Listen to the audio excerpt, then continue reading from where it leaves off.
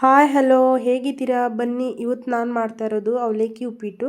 ಅವಲೇಕಿ ಉಪ್ಪಿಟ್ಟು ಎಲ್ಲರಿಗೂ ಮಾಡೋದಕ್ಕೆ ಗೊತ್ತಿದೆ. ಹಾಗೆ ಅವಲೇಕಿ ಉಪ್ಪಿಟ್ಟು ನಾನು ಮಾಡ್ತಾ ಇರೋ ಈ ರೆಸಿಪಿನ ನಿಮಗೆ ಮನೆಯಲ್ಲಿ ಯಾರೆಲ್ಲ ಉಪ್ಪಿಟ್ಟು ತಿನ್ನಕ್ಕೆ ಇಷ್ಟಪಡೋದಿಲ್ಲ ಅವ್ರು ಸಹ ಇಷ್ಟಪಟ್ಟು ತಿಂತಾರೆ. ಹಾಗೆ ಅಷ್ಟೊಂದು ಚೆನ್ನಾಗಿರುತ್ತೆ. ಹಾಗಾಗಿ ಈ ರೆಸಿಪಿನ ವಿಡಿಯೋನ ಪೂರ್ತಿಯಾಗಿ ನೋಡಿ. ನಾನು ಹೇಗೆ ಮಾಡ್ತೀನಿ ಅಂತ ತೋರಿಸ್ಕೊಡ್ತೀನಿ. ತುಂಬಾ ರುಚಿಯಾಗಿ ಟೇಸ್ಟಿಯಾಗಿ ಮಾಡ್ಕೊಳ್ಳೋಣ. ಫಸ್ಟ್ ನಾನು ಇಲ್ಲಿ ಈರುಳ್ಳಿ, ಹಸಿಮೆಣಸಿನಕಾಯಿ ಕಟ್ ಮಾಡ್ಕೊಂಡಿದ್ದೀನಿ. ಹಾಗೆ ಒಂದು ಆಲೂಗಡ್ಡೆ ಚಿಕ್ಕದಾಗಿ ಕಟ್ ಮಾಡ್ಕೊಂಡಿದ್ದೀನಿ ನಾನು. ಹಾಗೆ ಬಟಾಣಿ ತಗೊಂಡಿದ್ದೀನಿ ನೋಡಿ, ಮೀಡಿಯಂ ಸೈಜ್ ಅಲ್ಲಿ ಇರುವಂತ ಅವಲೇಕಿ ತಗೊಂಡಿದ್ದೀನಿ. ಇವಾಗ ಅವಲೇಕಿ ಮಾಡಲಿಕ್ಕೆ ಅಂತ ಮಸಾಲೆ ರೆಡಿ ಮಾಡ್ಕೊಳ್ಳೋಣ. ಫಸ್ಟು ನಾನು ಇಲ್ಲಿ ಗ್ಯಾಸ್ ಸ್ಟವ್ ಆನ್ ಮಾಡಿಕೊಂಡು ಒಂದು ಕಡಾಯಿ ತಗೊಂಡಿದ್ದೀನಿ. ಈಗ ಇದಕ್ಕೆ ಎಣ್ಣೆನೂ ಹಾಕ್ಕೊಳ್ತಾ ಇದ್ದೀನಿ. ಒಂದು 3-4 ಸ್ಪೂನ್ ಆಗುವಷ್ಟು ಎಣ್ಣೆನೂ ಹಾಕ್ಕೊಳ್ತಾ ಇದ್ದೀನಿ. ಹಾಗೆ ಎಣ್ಣೆ ಬಿಸಿ ಆಗಿದೆ, ಇದಕ್ಕೆ ನಾನು ಸಾಸಿವೆನೂ ಹಾಕ್ಕೊಳ್ತಾ ಇದ್ದೀನಿ. ಹಾಗೆಯೇ ಸಾಸಿವೆ ಚಟಪಟ ಅಂತ ಸಿಡಿತಾ ಇದೆ. ಈಗ ನಾನು ಹಸಿಮೆಣಸಿನಕಾಯಿ, ಈರುಳ್ಳಿನ ಹಾಕ್ಕೊಳ್ತಾ ಇದ್ದೀನಿ. ಈರುಳ್ಳಿ, ಹಸಿಮೆಣಸಿನಕಾಯಿ ಹಾಕ್ಕೊಂಡು ಸ್ವಲ್ಪ ಹೊತ್ತು ಫ್ರೈ ಮಾಡ್ಕೊಳ್ಳೋಣ. ಎಣ್ಣೆಯಲ್ಲೇನೆ ಮುಂಚೆನೆ ಕಡಲೆ ಬೀಜ ಹುರಿದಿಟ್ಕೊಂಡು ಫ್ರೈ ಮಾಡಿ ಇಟ್ಕೋಬೇಕು. ನಾನು ಮುಂಚೆನೆ ಫ್ರೈ ಮಾಡಿ ಇಟ್ಕೊಂಡಿರುವಂಥ ಕಡಲೆ ಬೀಜ ಇರೋದ್ರಿಂದ ಮಾಡ್ತಾ ಇಲ್ಲ. ಹಾಗೇನೆ ಇದಕ್ಕೆ ನಾನು ಕರಿಬೇವಿನ ಸೊಪ್ಪನ್ನು ಸಹ ಹಾಕ್ಕೊಳ್ತಾ ಇದ್ದೀನಿ. ಇದಕ್ಕೆ ಮೇನ್ ಆಗಿ ಬೇಕಾಗಿರೋದೇ ಆಲೂಗಡ್ಡೆ ಹಾಕಿ ಮಾಡೋದ್ರಿಂದ ತುಂಬಾ ಚೆನ್ನಾಗಿರುತ್ತೆ. ನೀವು ಸಹ ಆಲೂಗಡ್ಡೆ ಹಾಕಿ, ಆಲೂಗಡ್ಡೆನೂ ಸಹ ನಾವು ಪೂರ್ತಿ ಈರುಳ್ಳಿನ ಫ್ರೈ ಮಾಡಿ ಹಾಕ್ಬೇಕಂತ ಏನೂ ಇಲ್ಲ. ಈರುಳ್ಳಿ ಜೊತೆಗೆ ನಾವು ಆಲೂಗಡ್ಡೆ ಹಾಕೋದ್ರಿಂದ ಈರುಳ್ಳಿನೂ ಫ್ರೈ ಆಗುತ್ತೆ, ಹಾಗೆ ಆಲೂಗಡ್ಡೆನೂ ಫ್ರೈ ಆಗುತ್ತೆ. ಆಲೂಗಡ್ಡೆನ ಈ ರೀತಿಯಾಗಿ ಚಿಕ್ಕದಾಗಿ ಕಟ್ ಮಾಡ್ಕೋಬೇಕು. ದೊಡ್ಡ ಕಟ್ ಮಾಡ್ಕೊಂಡ್ರೆ ಆಲೂಗಡ್ಡೆ ಎಲ್ಲ ಬೇಯಲ್ಲ. ಹಾಗಾಗಿ ಸಣ್ಣದಾಗಿ ಕಟ್ ಮಾಡ್ಕೋಬೇಕು. ನೋಡಿ, ಈಗ ಆಲೂಗಡ್ಡೆ, ಈರುಳ್ಳಿ, ಹಸಿಮೆಣಸಿನಕಾಯಿ ಎಲ್ಲ ಹಾಕಿದ ನಂತರ ಈ ತರ ಸ್ವಲ್ಪ ಹೊತ್ತು ಇದನ್ನ ಫ್ರೈ ಮಾಡ್ಕೊಳ್ಳೋಣ. ಹಾಗೇನೆ ನಾನು ಇಲ್ಲಿ ಹಸಿ ಬಟಾಣಿ ತಗೊಂಡಿದ್ದೀನಿ. ಅದನ್ನು ಸಹ ಇದರಲ್ಲಿ ಸೇರಿಸ್ಕೊಂಡು ಚೆನ್ನಾಗಿ ಇದನ್ನ ಬೇಯಿಸ್ಕೊಳ್ಳೋಣ. ನೋಡಿ, ಈಗ ಬಟಾಣಿ ಸೇರಿಸ್ಕೊಳ್ತಾ ಇದ್ದೀನಿ. ಪ್ಲೇಟನ್ನು ಕವರ್ ಮಾಡಿಬಿಟ್ಟು 2 ನಿಮಿಷ 3 ನಿಮಿಷ ಆ ಥರ ಅದನ್ನು ಮುಚ್ಚಿಬಿಟ್ಟು ಕವರ್ ಮಾಡಿ ಬೇಯಿಸ್ಕೊಂಡ್ರೆ ಆಲೂಗಡ್ಡೆ ಆಗಲಿ ಬಟಾಣಿ ಆಗಲಿ ಚೆನ್ನಾಗಿ ಬೇಯುತ್ತೆ.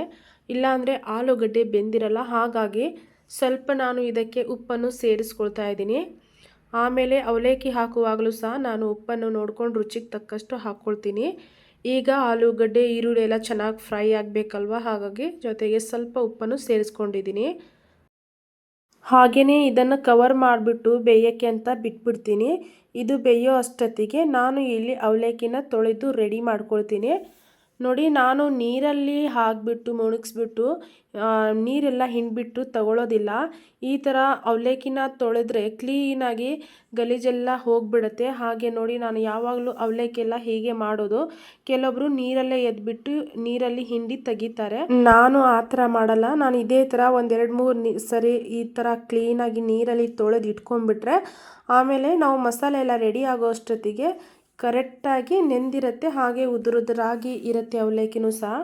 ನೋಡಿ, ಈಗ ಮುಚ್ಚಿರೋ ಪ್ಲೇಟನ್ನು ತೆಗೆದ್ಬಿಟ್ಟು ಸ್ವಲ್ಪ ಹೊತ್ತು ಈ ಥರ ಕೈ ಆಡಿಸಿ ಕೆಳಗೆ ಮೇಲೆ ಅಂತ ಮಿಕ್ಸ್ ಮಾಡಿಕೊಂಡ್ರೆ ಇನ್ನೂ ಸ್ವಲ್ಪ ಹೊತ್ತು ಇದನ್ನು ಬೇಯಿಸ್ಕೊಳ್ಳೋಣ. ಆಲೂಗಡ್ಡೆ ಹಾಗೆ ಈ ಹಸಿ ಬಟಾಣಿ ಏನಿದೆ ಅಲ್ವಾ, ಅದು ಸ್ವಲ್ಪ ಹೊತ್ತು ಬೇಯಬೇಕಾಗತ್ತೆ. ಹಾಗಾಗಿ ಇನ್ನೂ ಒಂದು 2-3 ನಿಮಿಷ ಕಾಲ ಇದನ್ನು ಕವರ್ ಮಾಡಿ ಬೇಯಿಸ್ಕೊಂಡ್ರೆ ಸಾಫ್ಟ್ ಆಗುತ್ತೆ ಆಲೂಗಡ್ಡೆ ಹಾಗೆ ಬಟಾಣಿ ಎಲ್ಲ. ಬಟಾಣಿ ಹಾಗೆ ಆಲೂಗಡ್ಡೆ ಸ್ವಲ್ಪ ಟೈಮ್ ಆಗುತ್ತೆ ಬೇಯೋಕ್ಕೆ. ಹಾಗಾಗಿ ಪ್ಲೇಟನ್ನು ಕವರ್ ಮಾಡಿ ಬೇಯಿಸೋದ್ರಿಂದ, ಹಾಗೆ ನೋಡಿ ಹಸಿ ಈರುಳ್ಳಿಯಲ್ಲೇ ಆಲೂಗಡ್ಡೆ ಬಟಾಣಿ ಎಲ್ಲ ಹಾಕಿ ಫ್ರೈ ಮಾಡಿದ್ರು ಸಹ ಈರುಳ್ಳಿ ಕರೆಕ್ಟಾಗಿ ಫ್ರೈ ಆಗಿದೆ. ಈಗ ನಾನು ಒಂದು ಚಿಕ್ಕ ಟೊಮ್ಯಾಟೊನೂ ಸಹ ಕಟ್ ಮಾಡಿ ಇಟ್ಕೊಂಡಿದ್ದೆ, ಅದನ್ನು ಸಹ ಹಾಕ್ಕೊಳ್ತಾ ಇದ್ದೀನಿ. ನಿಮಗೆ ಬೇಕಂದರೆ ಟಮಾಟೆ ಹಾಕ್ಕೊಳ್ಳಿ, ಇಲ್ಲ ಅಂದರೆ ಟೊಮಾಟೊ ಹಾಕ್ದಿರೋನು ಸಹ ಮಾಡಿದ್ದು ತುಂಬಾ ಚೆನ್ನಾಗಿರುತ್ತೆ. ಹಾಗೆಯೇ ಸ್ವಲ್ಪ ಟೊಮ್ಯಾಟೊ ಮೆತ್ತಗಾಗಬೇಕು ಅಂತ ಕವರ್ ಮಾಡ್ತಾ ಇದ್ದೀನಿ. ನೋಡಿ, ಈಗ ಟೊಮ್ಯಾಟೊ, ಈರುಳ್ಳಿ, ಆಲೂಗಡ್ಡೆ, ಬಟಾಣಿ ಎಲ್ಲ ಕರೆಕ್ಟಾಗಿ ಬೆಂದಿದೆ. ನೋಡಿ, ನಿಮಗೆ ತೋರಿಸ್ತೀನಿ. ಆಲೂಗಡ್ಡೆನೂ ಚೆನ್ನಾಗಿ ಬೆಂದಿದೆ, ಸಾಫ್ಟ್ ಆಗಿದೆ. ನೋಡಿ, ಆಲೂಗಡ್ಡೆ ನಿಮಗೆ ತೋರಿಸ್ತೀನಿ. ನೋಡಿ, ಅವಲೇಕಿಯಲ್ಲಿ ನಾವು ಆಲೂಗಡ್ಡೆ ಹಾಕಿ ಮಾಡೋದ್ರಿಂದ ತುಂಬ ಅಂದರೆ ತುಂಬ ಡಿಫ್ರೆಂಟ್ ಆಗಿರುತ್ತೆ ಟೇಸ್ಟು. ಹಾಗೆಯೇ ಆಲೂಗಡ್ಡೆ ಫುಲ್ ಸಾಫ್ಟ್ ಆಗಿದೆ. ಈಗ ನಾನು ಇದಕ್ಕೆ ಅರಿಶಿಣ ಸೇರಿಸ್ಕೊಳ್ತಾ ಇದ್ದೀನಿ. ಒಂದು 1/4 ಚಮಚದಷ್ಟು ಅರಿಶಿಣನೂ ಸಹ ಹಾಕ್ಕೊಳ್ತಾ ಇದ್ದೀನಿ. ಅರಿಶಿಣ ಹಾಕ್ಕೊಂಡು ಇದನ್ನು ಸ್ವಲ್ಪ ಕಲಿಸ್ಕೊಳ್ಳೋಣ. ಹಾಗೆಯೇ ಆವಾಗಲೇ ತೊಳೆದಿಟ್ಕೊಂಡಿರುವಂಥ ಅವಲೇಕಿ ಕರೆಕ್ಟಾಗಿ ನೆಂದೋಗಿದೆ. ನೋಡಿ, ಈ ಥರ ಅವಲೇಕಿ ಉದುರಾಗಿ ನೆಂದಿದೆ. ಈಗ ಈ ಅವಲೇಕಿನ ಹಾಕ್ಬಿಟ್ಟು ಇದನ್ನು ಚೆನ್ನಾಗಿ ಮಿಕ್ಸ್ ಮಾಡ್ಕೊಳ್ತೀನಿ. ನೋಡ್ತಿರಲ್ವಾ, ಇವಳೇನಪ್ಪ ನಮಗೆ ಅವಲೇಕಿ ರೆಸಿಪಿ ಏನು ಬರಲ್ವಾ, ಅವಲೇಕಿ ವಿಡಿಯೋ ಮಾಡಿ ಹಾಕಿದ್ದಾರೆ ಅಂತ ಅನ್ಕೋಬೇಡಿ. ಎಲ್ಲರದು ಬೇರೆ ಬೇರೆ ಥರ ರೆಸಿಪೀಸ್ಗಳಿರುತ್ತೆ. ಹಾಗೆ ನಮ್ಮದು ಯೂಟ್ಯೂಬ್ ಚಾನಲ್ ಇರೋದ್ರಿಂದ ನಾವು ಎಲ್ಲ ಥರದ ವೀಡಿಯೋಸ್ಗಳನ್ನು ಮಾಡಿ ಹಾಕಬೇಕಾಗತ್ತೆ. ಹಾಗಾಗಿ ನಾನು ಈಗ ಇದಕ್ಕೆ ರುಚಿಗೆ ತಕ್ಕಷ್ಟು ಉಪ್ಪನ್ನು ಸಹ ಸೇರಿಸ್ಕೊಳ್ತಾ ಇದ್ದೀನಿ. ಹಾಗೆ ಮುಂಚೆನೇ ಹುರಿದಿಟ್ಕೊಂಡಿರುವಂಥ ಕಡಲೆ ಬೀಜನೂ ಸಹ ಹಾಕ್ಕೊಳ್ತಾ ಇದ್ದೀನಿ. ಈಗ ಸಣ್ಣದಾಗಿ ಕಟ್ ಮಾಡ್ಕೊಂಡಿರುವಂಥ ಕೊತ್ತಂಬರಿ ಸೊಪ್ಪನ್ನು ಸಹ ಮೇಲಿಂದ ಸೇರಿಸ್ಕೊಳ್ತಾ ಇದ್ದೀನಿ. ಹಾಗೆಯೇ ಸ್ವಲ್ಪ ಹುಳಿ ಇರಲಿ ಅಂತ ಲಿಂಬೆ ರಸನೂ ಸಹ ಸೇರಿಸ್ಕೊಳ್ತಾ ಇದ್ದೀನಿ. ಒಂದು ಅರ್ಧ ಹೋಳು ಲಿಂಬೆ ರಸನೂ ಹಾಕ್ಕೊಳ್ತಾ ಇದ್ದೀನಿ. ಈಗ ಇದನ್ನು ಕರೆಕ್ಟಾಗಿ ಮಿಕ್ಸ್ ಮಾಡ್ಕೊಳ್ತೀನಿ. ನೋಡಿ, ಅವಲೇಕಿನ ಮುಂಚೆನೇ ಈ ಥರ ತೊಳೆದು ಇಟ್ಕೊಳ್ಳೋದ್ರಿಂದ ಕರೆಕ್ಟಾಗಿ ನೀರೆಲ್ಲ ಹೀರ್ಕೊಂಡು ಉದುರಾಗಿ ಇರುತ್ತೆ. ಹಾಗೆಯೇ ನೋಡ್ತಾ ಇದ್ದೀರಲ್ವಾ ಎಷ್ಟು ಚೆನ್ನಾಗಿ ಉದುರಾಗಿ ಬಂದಿದೆ ಅಂತ. ಹಾಗೆ ಕಡಲೆ ಬೀಜನೂ ಸಹ ನಾವು ಹಾಕುವಾಗ ಮುಂಚೆನೇ ಎಣ್ಣೆಯಲ್ಲಿ ಫ್ರೈ ಮಾಡಿ ಇಟ್ಕೊಂಡು ಲಾಸ್ಟಲ್ಲಿ ಕಡಲೆ ಬೀಜನ ನಾವು ಹಾಕ್ಕೊಂಡ್ರೆ ತುಂಬಾ ಚೆನ್ನಾಗಿರುತ್ತೆ. ತಿನ್ನುವಾಗ ಹಾಗೆ ಕ್ರಿಸ್ಪಿಯಾಗಿ ಬಾಯಲ್ಲಿ ಸಿಗ್ತಾ ಇರುತ್ತೆ ಕಡಲೆ ಬೀಜ. ಹಾಗಾಗಿ ತುಂಬಾ ರುಚಿಯಾಗಿರುತ್ತೆ. ನೋಡ್ತಾ ಇದ್ದೀರಲ್ವ ಎಷ್ಟು ಉದ್ದರಾಗಿದೆ ಅಂತ. ನಾನು ಅವಲಕ್ಕಿನ ತೊಳೆದು ಇಟ್ಕೊಂಡಿದ್ರು ಸಹ ಎಷ್ಟು ಚೆನ್ನಾಗಿ ಬಂದಿದೆ ಅಂತ ನೋಡ್ತಾ ಇದ್ದೀರಲ್ವ. ಹಾಗೆಯೇ ನಾನು ಮಾಡಿರುವಂಥ ಈ ಅವಲಕ್ಕಿ ಉಪ್ಪಿಟ್ಟು ರೆಸಿಪಿ ನಿಮಗೆ ಇಷ್ಟ ಆಗಿದ್ರೆ ಒಂದು ಲೈಕ್ ಮಾಡಿ, ಕಮೆಂಟ್ಸ್ ಮಾಡೋದನ್ನು ಮರಿಬೇಡಿ. ಹಾಗೆಯೇ ಸಬ್ಸ್ಕ್ರೈಬ್ ಮಾಡ್ಕೊಳ್ಳಿ ಆಯಿತಾ.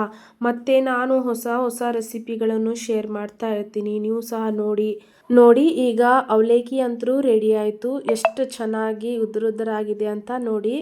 ಕರೆಕ್ಟಾಗಿ ನೀವು ಸಹ ಅವಲಕ್ಕಿನ ಈ ಥರ ತೊಳೆದ್ಬಿಟ್ಟು ಮಾಡಿ. ಈಗ ನಾನು ಪ್ಲೇಟಲ್ಲಿ ಸರ್ವ್ ಮಾಡ್ಕೊಳ್ತಾ ಇದ್ದೀನಿ.